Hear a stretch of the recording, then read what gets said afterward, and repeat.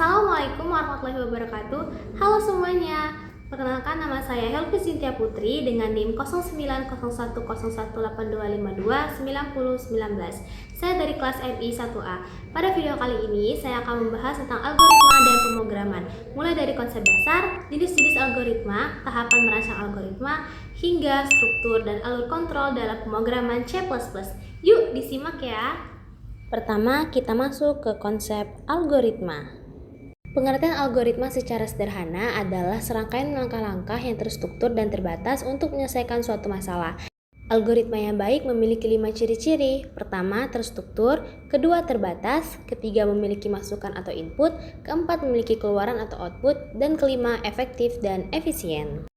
Mengapa algoritma sangat penting dalam ilmu komputer? Alasannya adalah algoritma adalah jantung dari ilmu komputer karena menjadi dasar dari semua cabang ilmu komputer. Singkatnya, algoritma ditambah dengan data struktur akan membuahkan sebuah program.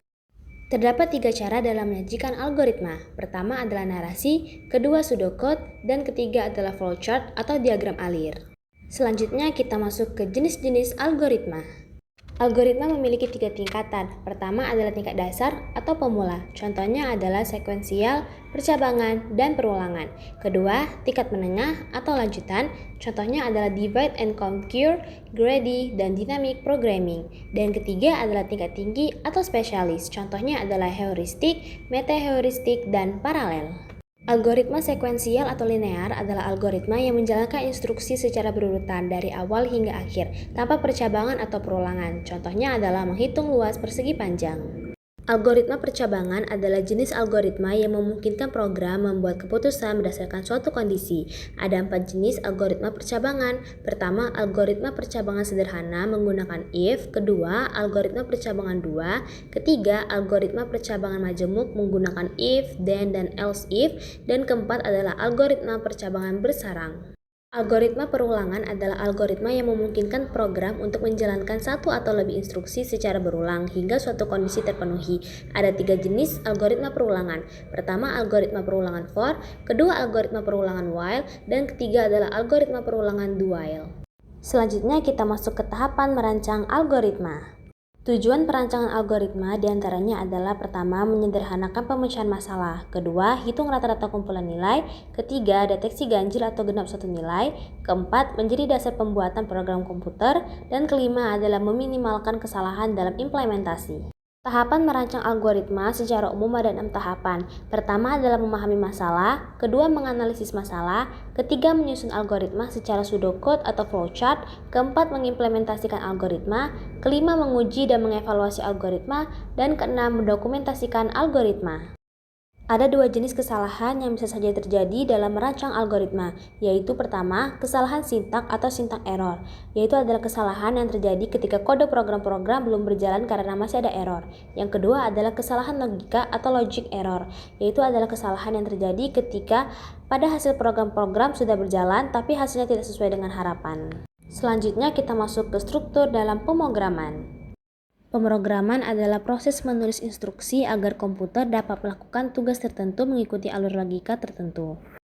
Terdapat beberapa paradigma pemrograman. Pertama, machine-oriented programming atau bahasa mesin. Kedua, low-level programming atau assembly. Ketiga, high-level programming atau bahasa tingkat tinggi. Paradigma pemrograman pertama, imperative programming, menjelaskan bagaimana komputer melakukan tugas step by step. Contohnya, C, Pascal, Java, dan Python.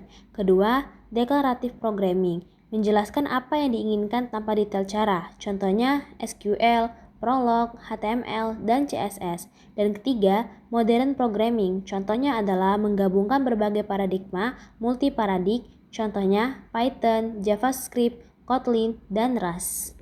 Pemrograman terstruktur adalah teknik pemrograman dengan top-down design, membagi program besar menjadi modul kecil agar lebih jelas, teratur, dan mudah dipahami. Tujuannya adalah, pertama, kode mudah dibaca dan dipahami. Kedua, kompleksitas berkurang. Ketiga, modul bisa digunakan kembali. Keempat, dapat dikerjakan tim. Dan kelima, mudah debugging. Prinsip dasarnya adalah pertama, sequence atau urutan, dijalankan berurutan. Kedua adalah selection atau pemilihan berdasarkan kondisi. Dan ketiga adalah iteration atau perulangan, berulang kali. Karakteristiknya adalah pertama, top-down approach, kedua adalah modular, fungsi atau prosedur, ketiga adalah indentasi jelas, keempat, hindari goto, dan kelima, mudah perawatan. Adapun kelebihannya, pertama, kode terstruktur dan mudah dipahami. Kedua, memudahkan debugging atau testing. Dan adapun juga kekurangannya, pertama, kurang fleksibel untuk proyek besar. Dan kedua, modularitas terbatas pada fungsi. Terakhir, kita masuk ke alur kontrol C++. Alur kontrol atau control flow menentukan urutan eksekusi program. Jenis utamanya pertama adalah sequential, yaitu dijalankan berurutan dari atas ke bawah. Kedua, selection, yaitu mengambil keputusan, if else, atau switch. Ketiga, iteration, yaitu perulangan dengan menggunakan for, while, do while, dan nested loop. Dan keempat adalah jump, melompat menggunakan break, continue, dan return. Contoh penggunaan, pertama, if else, untuk menentukan hasil kondisi. Kedua, for, untuk mengulang dengan jumlah tertentu. Ketiga, while, untuk mengulang selama kondisi benar. Keempat, do while, untuk minimal satu kali dijalankan. Dan kelima, switch, untuk memilih berdasarkan beberapa kasus. Tips pemrograman, pertama, gunakan indentasi konsisten. Kedua, hindari invite loop. Ketiga, gunakan kurung kurawal meskipun hanya satu pernyataan. Dan keempat, pilih struktur kontrol yang sesuai dengan kebutuhan. Sekian video yang dapat saya sampaikan, semoga bermanfaat bagi kita semua. Saya akhiri, wassalamualaikum warahmatullahi wabarakatuh. Terima kasih.